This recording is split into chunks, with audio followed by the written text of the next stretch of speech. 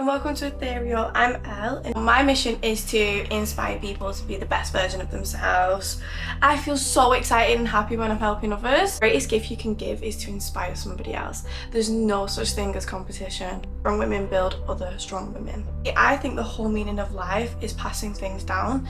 Like, we're on this earth for a short amount of time and we learn so much in that short amount of time.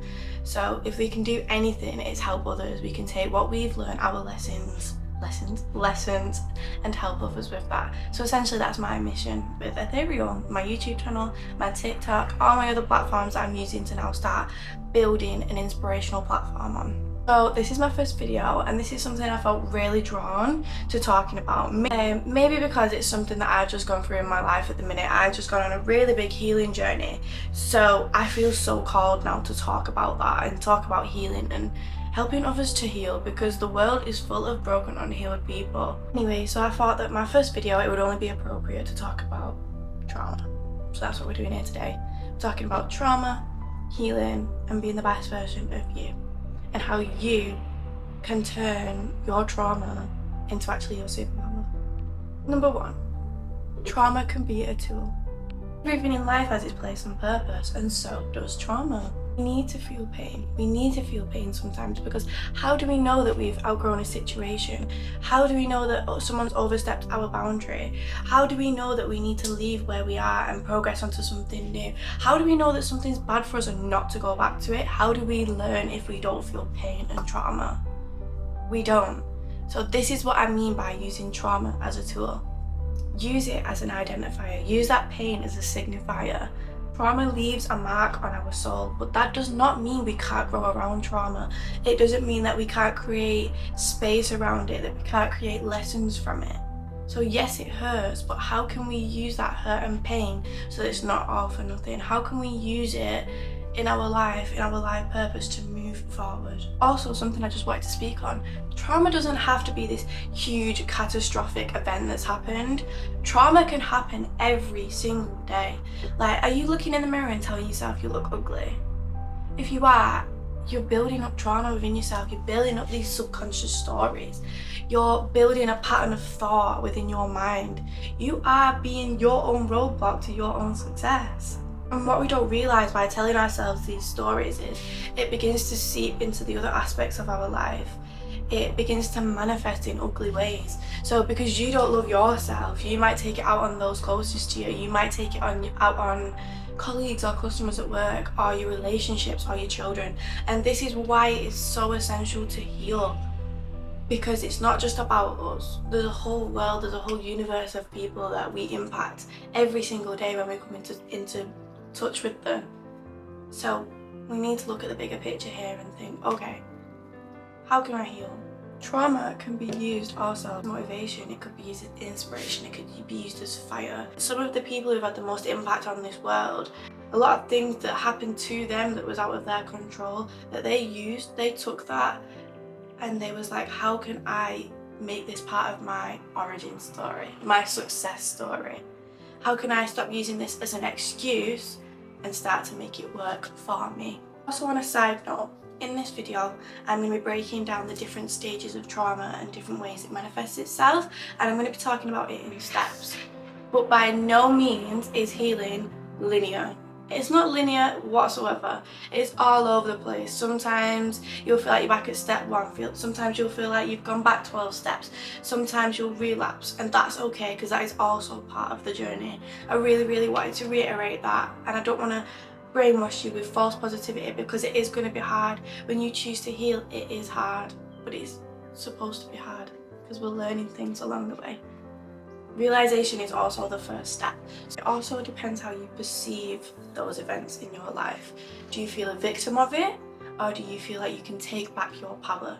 Remove yourself from that situation, remove yourself from that trauma bonding that you've got, and think, I heal for me, I choose to heal.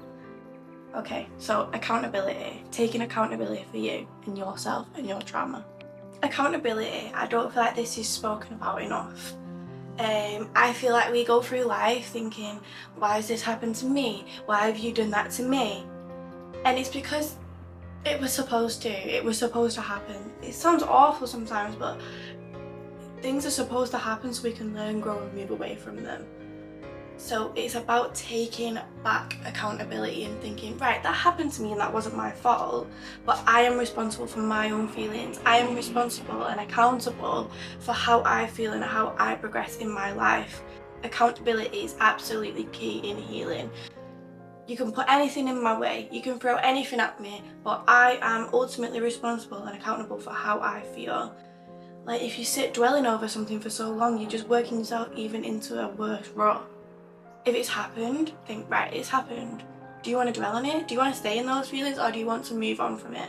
We're talking about in a situation here where something has happened to you. Think, right, that wasn't my fault.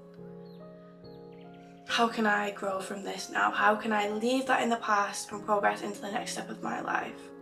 Whereas something may have been your fault, also holding on to that isn't going to help. Think, yes, it was my fault, it happened, it was a mistake, now move past it. It's all about taking control of your life, taking power over yourself and who you are as a person. It's about thinking, right, I can't change what's happened, but I can change what is going to happen in the future. Holding on is holding you back. You get to that point in the crossroads where you're like, oh, but it's just really annoying me. How can someone do me dirty like that? I would never do that to somebody else. I would never do that to them. And you're holding on to this excess energy, this old pain. Why? Why? Things have happened and you cannot change that. But like we said, you can progress forward and change how you move forward.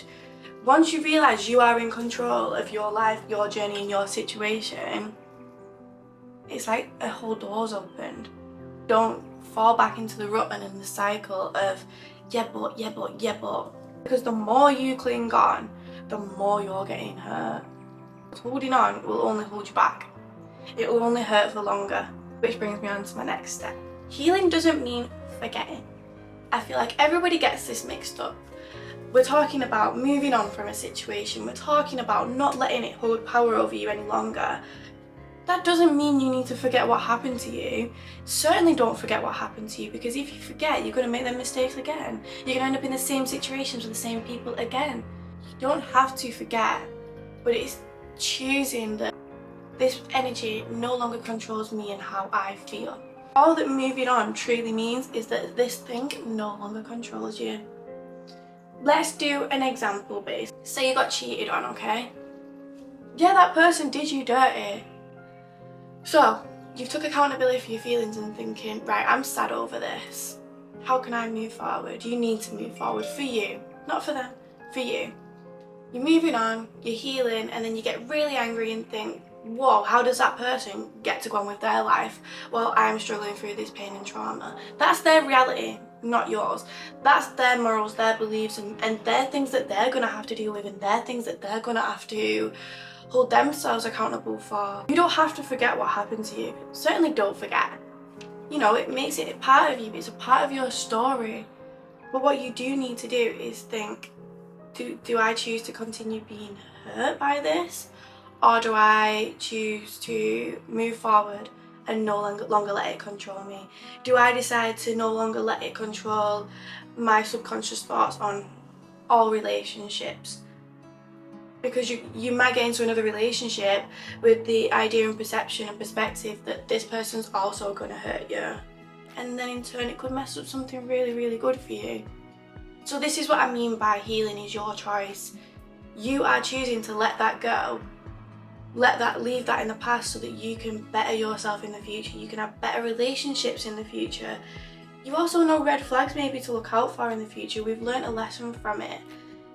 So it really is a part of you and your story now. And who knows, and you might have children, you might have grandchildren who end up in the same situations. You can sit there with that experience that you've learned and that wisdom and help them.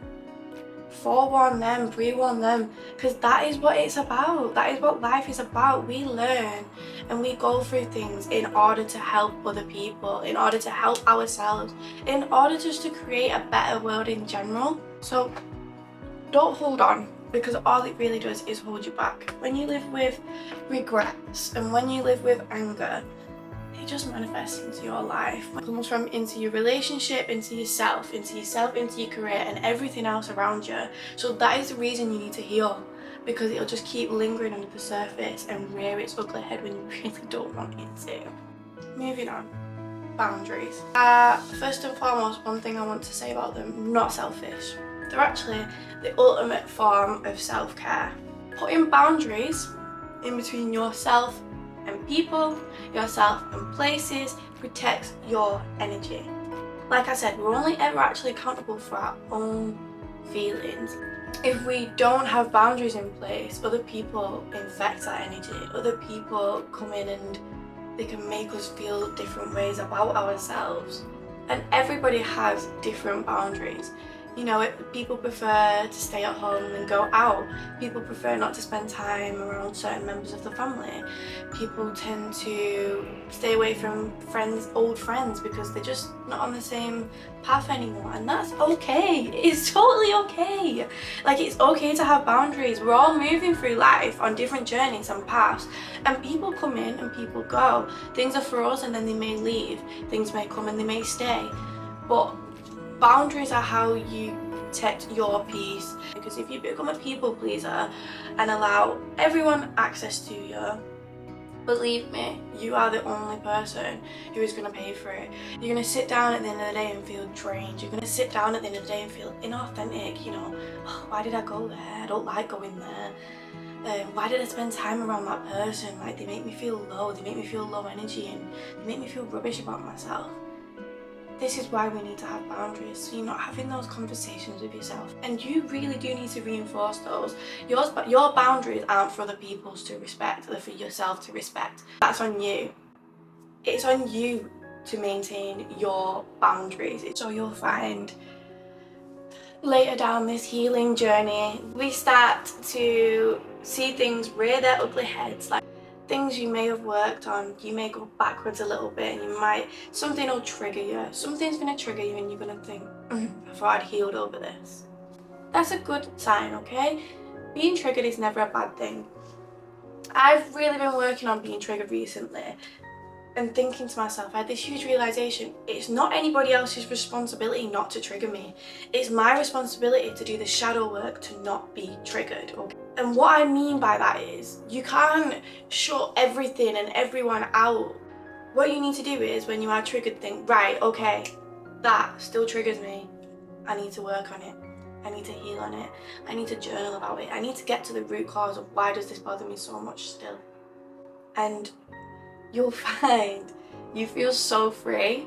Once you realise the triggering isn't a bad thing and it's just life saying, look, we want you to work on this, you start to become free, because you start getting triggered by different things and you start working through it to the point where it doesn't trigger you anymore, it doesn't bother you anymore, and you feel free.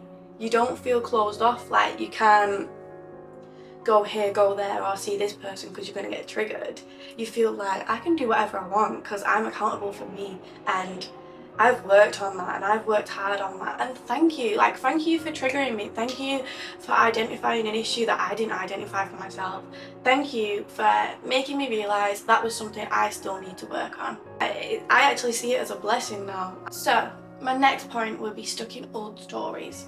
So you'll find those triggers are being triggered by old stories you tell yourself, old beliefs that you still believe. So just work on them. Work on your subconscious mind. Affirmations, journaling, writing it down. Why do I feel this way? Where has it come from? Identify the source. Maybe that's something you need to heal over there. Maybe it's a problem from childhood, an old friendship, an old relationship, and you need some sort of reconciliation on it, whether that be with the person or just yourself. Either way, be grateful for triggers, because now that you've noticed it, you can release it. You can remove it from yourself. You can do the shadow work and remove that bit of darkness that was lurking deep down inside yourself that you didn't even notice. Victim mindset. I used to enjoy being sad, and you're probably thinking, what the heck? Who even enjoys being sad? Me, because I knew how to deal with it. I liked to be the victim, I suppose, sometimes, meaning I liked to be beaten down and sad because I knew how to deal with that. I knew how to cry and shut people out. and ignore things and blank the world. I knew how to deal with that really, really well.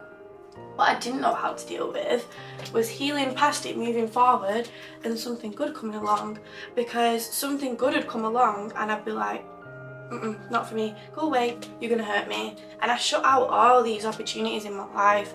I shut out so many good people in my life simply because I was stuck in a victim mindset. I was stuck thinking the world was out to get me and everybody was gonna hurt me. Like, I truly believed that my life was destined to just be sadness, people hurting me, and it's just a fact of life. Like, I'm just gonna keep getting hurt. Like, fairy tales are only for the movies. Like, that's what I genuinely believed, until I took accountability for myself and my actions and thought, yeah, well, maybe I don't respond the best sometimes, maybe I don't deal with things the best sometimes, and maybe I choose to heal now. Maybe I choose to stop letting people have access to me. Maybe I choose to stop letting people hurt me. There's always going to be hurt and lessons, but maybe I choose to stop staying in those situations. Maybe I decide to leave, because this is my life, these are my feelings. Essentially, victim mindset gets us nowhere when we sit there thinking everything's being done to us. It's not. We just need to break free from that. We need to sit back and think, okay, keep going through the same rubbish things, the same rubbish situations. How can I change this? Do I need to change where I am? Do I need to change what job I'm in? Do I need to do some shadow work? Do I need to heal over something desperately and deeply? And you'll find you need to tend to heal over some self-love, self-confidence issues. You don't love yourself enough. You don't believe in yourself enough. You don't exude that energy, you don't radiate that confidence and self-love, that you become a magnet for people who want to hurt other people. And there is people out there like that. When you're beaten down, for some reason we attract other people that are beaten down. You know, they say misery loves company. So work on you, work on yourself and who you want to be and where are you going in the future. Not what happened behind you. Where do you want to go? Who do you want to be around? What kind of people are going to be good for you? Like, what person do you want to be? Do you want to be a positive person? Snap out of the victim mindset then and take back that action and take back that control. The world's not out to get you. The world's trying to teach us some lessons, and unfortunately sometimes we get so bogged down in it that we keep repeating these cycles, and they get worse and they get worse and they get worse because we're not learning the lessons we need to. So if your life has been on like this downward spiral, you need to do some self-love work, self-confidence work. You need to feel worthy of where you are. You need to feel worthy of a good life. So to work on ourselves and our love and to get out of that victim mindset, we do need to be grateful for what we do have around us. And the more you start being grateful for who and what are around you, the more you start attracting good things around you, because you're looking at life with a different view. You're looking at life with a different perception. Just remember, when bad things are happening, how can I take back control of this? The universe works in your favour. It works for you. It doesn't work against you. Things are happening for you, not to you. And in turn, things do start to get better once we remove ourselves from being the victim, and once we begin to champion our own story. Once we begin to turn our healing and our trauma into our superpower. Thank you for making it to the end of this video. I myself have took myself out of some very, very, very, very, very dark times, and every time, once I've seen the light and come out of it again, I'm actually grateful, because every time I've been down, every time something bad's happened to me, like, I've learned from it. You might not feel that right away, and you're not going to feel it while you're stuck in that period, but once you've healed past that trauma, you sit and think, wow, I think I needed to go through that. I needed to understand that part of myself. I needed to learn from that. And I just want to let anybody know who's watching this right now, if you're in a really dark time in your life, reach out to me. My inbox is always open on every single platform. But sit with yourself as well. It's important that we ask ourselves and get to grips with ourselves and learn ourselves. A lot of us are child's mindsets stuck in adult bodies, and we've not grown or healed from trauma, and all through our life we've collected this amount of trauma that we feel like life feels impossible sometimes, and it's not. It's about learning from life. That, I believe, is the purpose and meaning of life, is to learn. And we keep learning, and we keep helping other people, and we keep inspiring other people, and we keep making an impact. We keep doing whatever we can to make the world a better place.